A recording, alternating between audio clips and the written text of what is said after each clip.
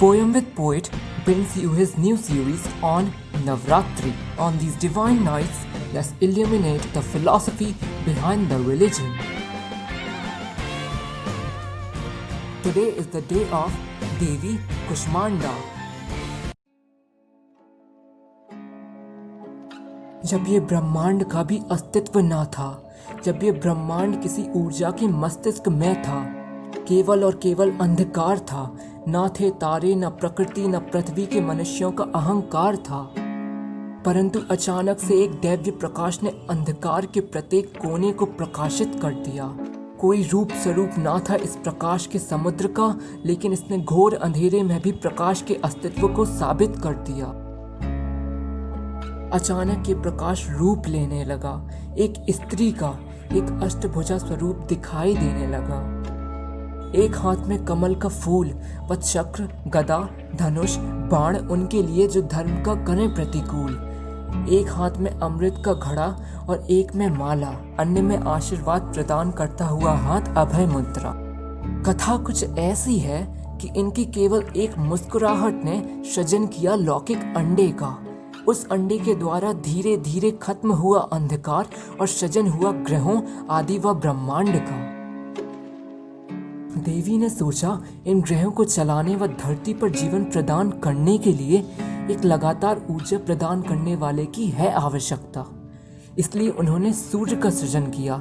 लेकिन सूर्य को ऊर्जा कहाँ से मिलेगी, इसकी क्या है व्यवस्था? देवी ने तय किया कि वे सूर्य के बिल्कुल मध्य में लेंगी अपना स्थान, जिससे सूर्य को लगातार कभी ना खत्म होने वाली ऊर्जा मिलेगी और उस सूर्य की ऊर्जा से हमें मिलेंगे प्राण। हमारी बिग बैंग थ्योरी सर्वश्रेष्ठ विज्ञान की कहती है इलेक्ट्रॉन से भी छोटी वस्तु से संरचना हुई ब्रह्मांड की। और ये कथा भी कहीं ना कहीं ये बताती है कि ब्रह्मांड की रचना हुई देवी की मुस्कुराहट से बने लौकिक अंडे से, जिसमें भारी मात्रा में ऊर्जा थी और वही ऊर्जा पूरे ब्रह्मांड में फैल गई। ऐसे ही हम में भी भारी मात्रा में मनोबल तो है, पर नहीं जानते हैं क्या गलत है और क्या सही।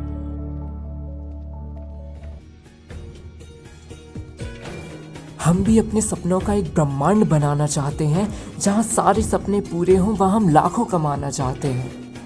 परंतु हमारे पास हमेशा परेशानियां होती हैं। किसी के पास पैसा नहीं, किसी के माता पिता सराहते नहीं, किसी पर किसी का भी भरोसा नहीं। हम कुछ ना कुछ तरीके से लड़खड़ाते हैं। कम शब्दों में हमारे पास कुछ नहीं होता, परंतु हम उससे सब कुछ का सृजन करना चाहते हैं। परंतु क्या ये मुमकिन भी है? हम इसी बात से घबरा जाते हैं। परंतु ब्रह्मांड भी तो ऐसे ही बना था, कुछ नहीं से सब कुछ। कुष्मांडा का अर्थ ही यही है। कु यानी छोटा, ऊष्म यानी गर्माहट या ऊर्जा, अंडा यानी लौकिक अंडा। पुराण के अनुसार इन्हीं देवी ने संरचना की पूरी सृष्टि की और पशुओं व मनुष्यों को जीवन दिया, वह हम देख पाएं इसलिए हमें दृष्टि दी। कुछ ना था अंधकार के अलावा, परंतु अंधकार केवल था एक छलावा। ऐसे ही हमारी कोई भी परेशानी एक छल ही है और इसमें प्रकाश डालने का सामर्थ्य हमारे मनोबल में ही है।